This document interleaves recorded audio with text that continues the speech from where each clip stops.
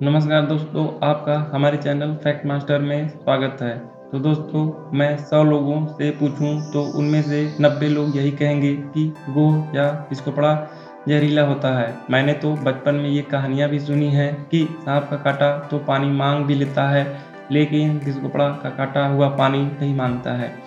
खास तौर पर अगर पिस्कोपड़ा ने काटने के बाद पेशाब कर दिया है तो इंसान का बचना नामुमकिन है। लेकिन असल बात तो यह है कि पिस्कोपड़ा जरा भी जहरीला नहीं है। हमारी अज्ञानता, अंधविश्वास और लालच इस प्राणी की जान के दुश्मन बन गए हैं।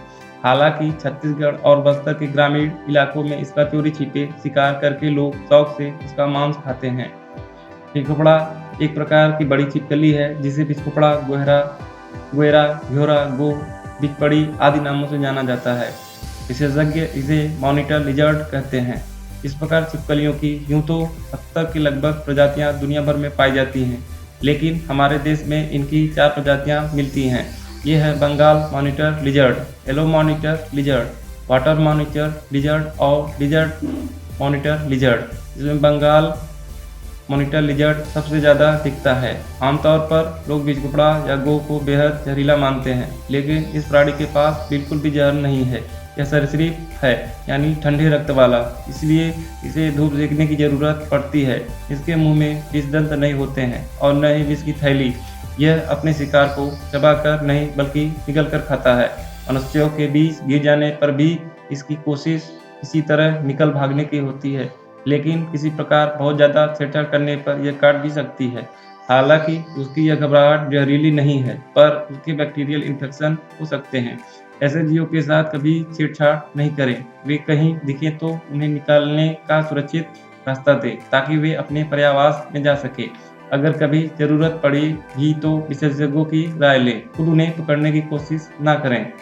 हमारी अज्ञानता, अंधविश्वास और लालच के चलते भारत में पाए जाने वाले मॉनिटर लिजर्ड की 4 प्रजातियां खतरे में हैं। इनकी खाल का व्यापार किया जाता है।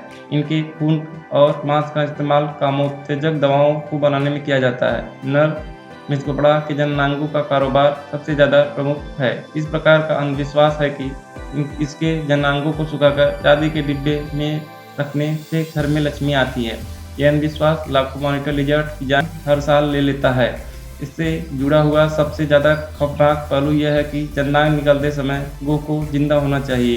विशेषज्ञों का मानना है कि सोची समझी साजिश के तहत गो या पिस्कोपड़ा को जहरीला बताया जाता है, ताकि उनका आसानी से शिकार किया जाए और आम जनता उनसे घृणा करती रहे।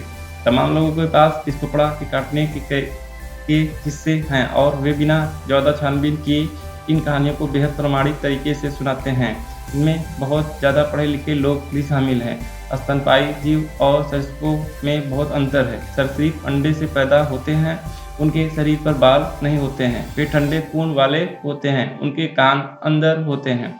दुनिया के बारे में जानने समझने के लिए सांप जैसे सरीसृप अपनी जीभ को बार बार निकालते रहते हैं। मॉनिटर लिजर्ड भी अपनी जीभ को बार बार बाहर निकालकर दुनिया का अंदाजा लगा लेती है। इसके चलते भी लोग उसे घृणा करते हैं और जहरीला समझते हैं।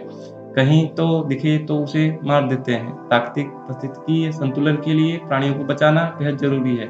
माना जाता है कि हर साल इन तमाम बातों के चलते हर साल 5 लाख से ज़्यादा गो को मार दिया जाता है, जबकि ये प्राणी खेतों से हजारों कीड़े मकोड़े और जीवों को खाकर खेती किसानी में मदद करते हैं।